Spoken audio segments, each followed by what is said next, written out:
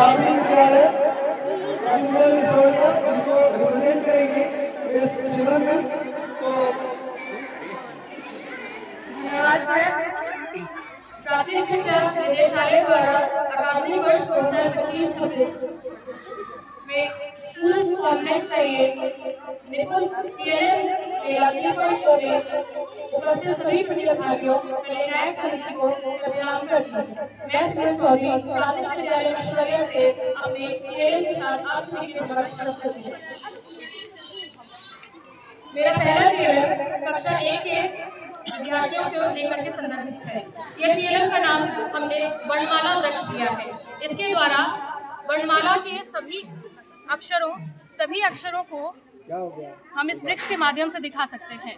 जैसा कि हम सभी पूर्ण विदित है कि प्राथमिक कक्षाओं के बालक प्राकृतिक वातावरण से बहुत ही ज़्यादा आनंदित होते हैं। पेड़, पक्षी, पशु व अन्य प्राकृतिक वातावरण में बहुत ज़्यादा आनंदित व खुशहाल महसूस करते हैं। उसी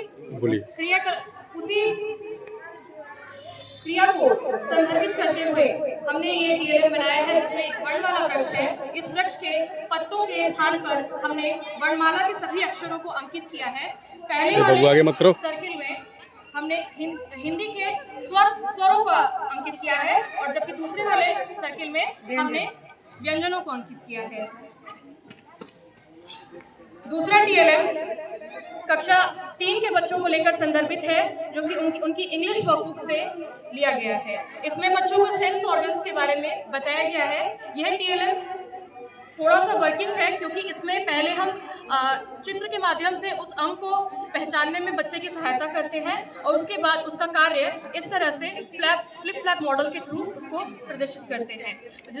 हम बच्चों को इस तरह से कह सकते हैं कि जैसे ये आई है और इसका वर्क है सी, ये टंग है और इसका वर्क है टेस्ट, नोज है इसका वर्क है स्मेल, ईयर है इसका वर्क है हियर, स्किन है इसका वर्क है टच।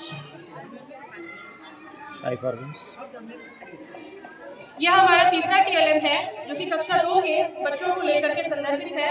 इस टीएलएम का सीखने का प्रतिफल LO02MT02 है, जो यह कहता है बच्चे दिशाओं को पहचानते हैं तथा चित्रों, स्केचों में घर स्कूल को चिन्हित करते हैं। यह कक्षा 2 के गणित के पाठ्यपुस्तक का पाठ पहला है, जिसमें बच्चों को दिशाओं व बड़े छोटे व अन्य कॉन्क्रीट चीजों के बारे में ज्ञान करवाया जाता है। यह कक्षा की एक लड़की है जिसका पाठ्यपुस्तक में नाम रिंकी दिया गया है। हम एक बच्चों को ये बताएंगे कि 2D फ्रेम में जब हम दिशाओं को रखते हैं तो ऊपर की जो ये पोजीशन है यह उत्तर को प्रदर्शित करती है, यानी कि उत्तर दिशा नॉर्थ डायरेक्शन को प्रदर्शित करती है। इस तरफ पश्चिम है, इधर पूरब है, इधर दक्षिण है। इसके थ्रू हम बच्चों में सीखने की प्रविधि का आकलन भी कर सकते हैं। हम बच्चों से यह पूछेंगे कि रिंकी नाम की लड़की के चूहा किस डायरेक्शन में है, किस दिशा में है। इसीलिए इस टीएलएम का नाम है कौन किस दिशा में है। तो रिंकी के किस दिशा में चूहा है, तो बच्चे उत्तर देंगे पश्चिम में चूहा है। यदि हम पूछेंगे सूरज किस दिशा में है उगता है, तो बच्चे उत्तर देंगे पूरब में। आपका घर रिंकी के किस दिशा में है, तो दक्षिण में है। पेड़ रिंकी के किस दिशा में है, तो उत्तर में है। इसके द्वारा बच्चों को दिशाओं का ज्ञान होगा।